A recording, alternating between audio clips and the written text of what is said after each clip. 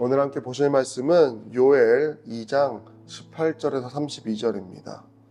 그때 여호와께서 자기의 땅을 극진히 사랑하시어 그의 백성을 불쌍히 여기실 것이라.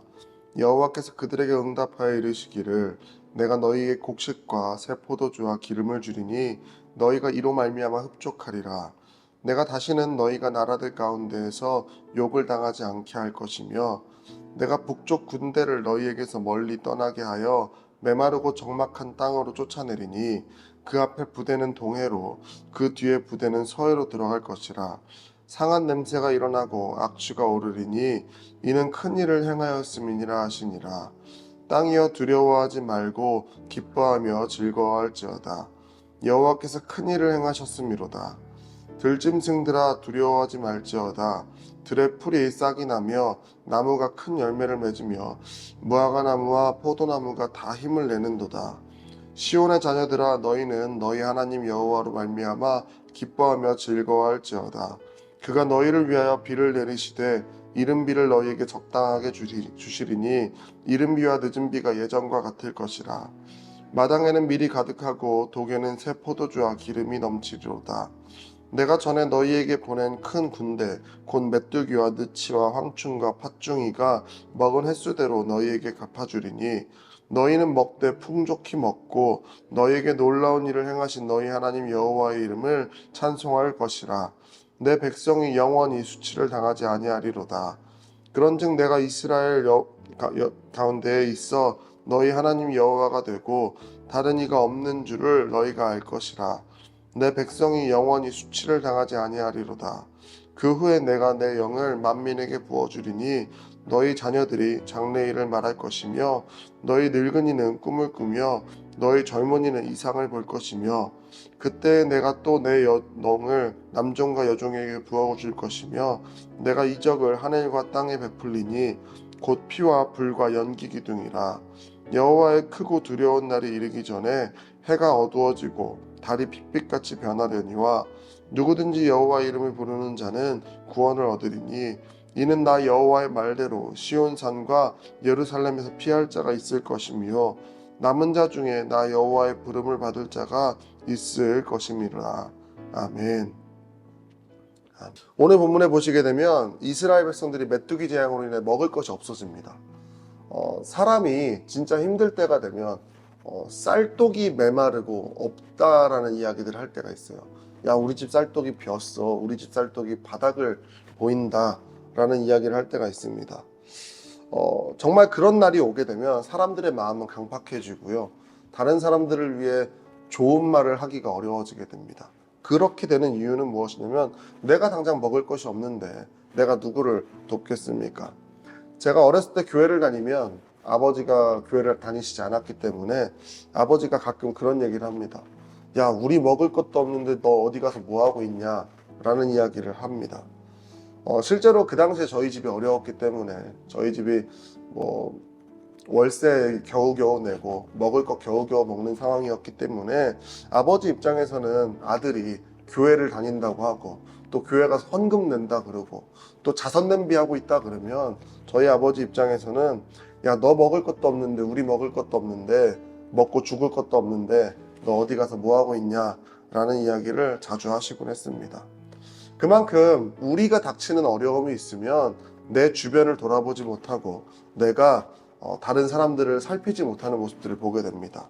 오늘 본문이 오는 상황에도 마찬가지입니다. 이스라엘 백성들의 상황 가운데 너무 어려운 상황들이 되니까 이 백성들이 다른 것들을 바라보지 못하고 힘들고 어려워하는 것들을 보게 됩니다.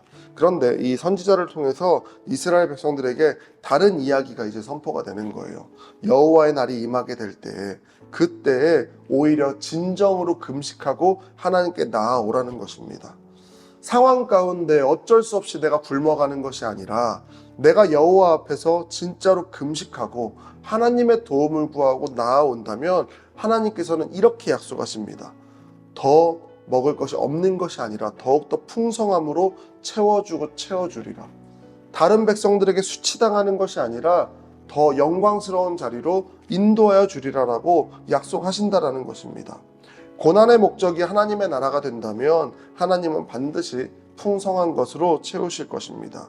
우리의 곳간이 마르지 않게 하실 것이고 또 그 풍성함으로 다른 사람들도 먹일 수 있을 것이라 말씀하십니다. 23절 중반부와 후반부에 이렇게 이야기하십니다.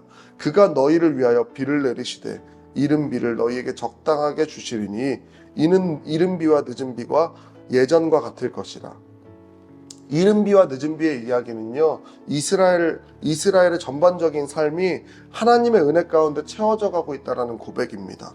왜냐하면 농사를 지을 때 이른 비가 내려줘야만 씨가 뿌리를 내릴 수 있고요, 늦은 비가 내려줘야만 풍성한 열매를 맺을 수 있기 때문에 이 이른 비와 늦은 비가 없이는 농사가 제대로 이루어질 수 없는 것입니다. 그렇기 때문에 이스라엘의 모든 삶이 하나님의 은혜가 아니면 채워지지 않는다는 그 고백이 기본적으로 깔려 있는 거예요. 우리의 삶도 마찬가지입니다. 우리가 열심히 일을 하고 우리가 많은 것들을 해서 우리의 물질들을 채워가겠지만 하나님의 도우심이 없이는 우리의 건강과 우리의 물질들이 온전하게 채워질 수 없다라는 것입니다. 이 고백이 우리 안에 있어야만 하나님께서 우리의 삶을 인도하시고 채워가신다라는 우리의 삶의 고백들이 올바르게 세워지는 것입니다. 여호와 하나님을 바라보고 소망하며 이 금식이 내 의지가 아니었으나 이 고난도 우리에게 유익이라는 고백이 우리에게 있어야 된다는 것입니다. 하나님께 감사함으로 나아가면 결국에는 하나님께서 은혜와 긍휼로 채워가실 것입니다. 예수님은 제자들을 보내실 때에요, 가방에 신발이나 돈을 여분으로 챙기지 말라고 하셨습니다. 채워지는 은혜를 경험해야 하기 때문에 그렇습니다. 그리고 오직 예수의 이름으로 나아가는 것이 꼭 필요했기 때문입니다. 바울은 초대교회에서 사역을 감당하면서 수많은 사람들의 연보를 모아서 다른 교회로 전달하는 사역을 하였습니다. 바울이 풍성함으로 했던 것이 아닙니다. 다른 사람들의 은혜를 모아서 그 은혜를 모아서 더욱더 많은 교회들 가운데 채워줬던 것입니다.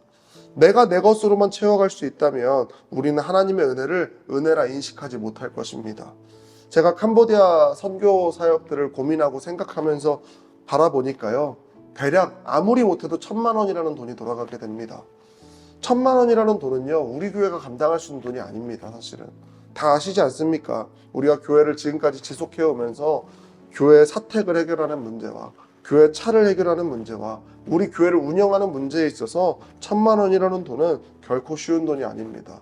그런데 그럼에도 불구하고 우리가 가진 것으로만 바라본다면 우리는 아무것도 할 수 없습니다. 당장 우리가 먹고 사는 문제만 해결하는 것도 쉽지 않을 것입니다. 그러나 하나님께서 이 모든 것들을 인도하시고 채워가실 때 우리의 마음을 열어주시고 좋은 동역자들을 보내주시고 또 상황들을 열어주실 때에 우리는 이 일들을 감당할 수 있을 것입니다. 하나님께서 채워가실 것을 우리가 믿음으로 고백하며 나아가는 것입니다. 교회의 크고 작음이 아니라 사람들이 바라볼 때의 크고 작음이 아니라 우리가 그 일들을 감당하며 나아갈 것이라는 것입니다. 이 굶어가는 것이 이 기근이 내가 어쩔 수 없이 주님 내가 가난합니다, 우리가 작습니다, 우리가 어렵습니다 라고 이야기하는 것이 아니라 주님 내가 주님의 능력을 의지합니다, 내가 금식하고 하나님의 능력을 의지하며 나아갑니다 라고 말할 때 주님께서는 우리를 통하여 일하실 것이고 그 긍휼로 말미암아 놀라운 은혜로 채워가실 때 여호와의 날이 재앙의 날이 아니라 힘들고 어려운 날이 아니라 주님의 은혜를 고백할 수 있는 가장 좋은 날이 될 것이라는 것입니다. 고난의 목적이 주님이 되기를 소망합니다. 우리의 삶 가운데 그 고난이 하나님의 은혜 가운데 더욱더 많은 사람들을 살릴 수 있는 날이 될 것이라 소망합니다. 우리가 오늘 수련의 장소를 예약을 하고 또 성공적으로 하여서 좋은 장소와 좋은 시간들을 준비하게 될 것입니다. 그리고 우리 교회가 하나 되어서 여러 가지 목적들을 두고 같이 생각하고 고민하고 기도하며 나아갈 것입니다. 그렇게 나아갈 때 주님께서 더욱더 놀라운 것을 채우실 것을 소망하며 나아갑니다. 우리가 기근으로 인해 굶어가는 것이 아니라 당장 내가 먹고 사는 것을 고민하는 것이 아니라 더욱더 놀라운 하나님의 더 큰 목적과 그 소망을 두며 나아가는 우리 연합영혼이 되기를 진심으로 소망하며 축복합니다. 함께 기도하며 말씀 마치겠습니다. 하나님 감사합니다.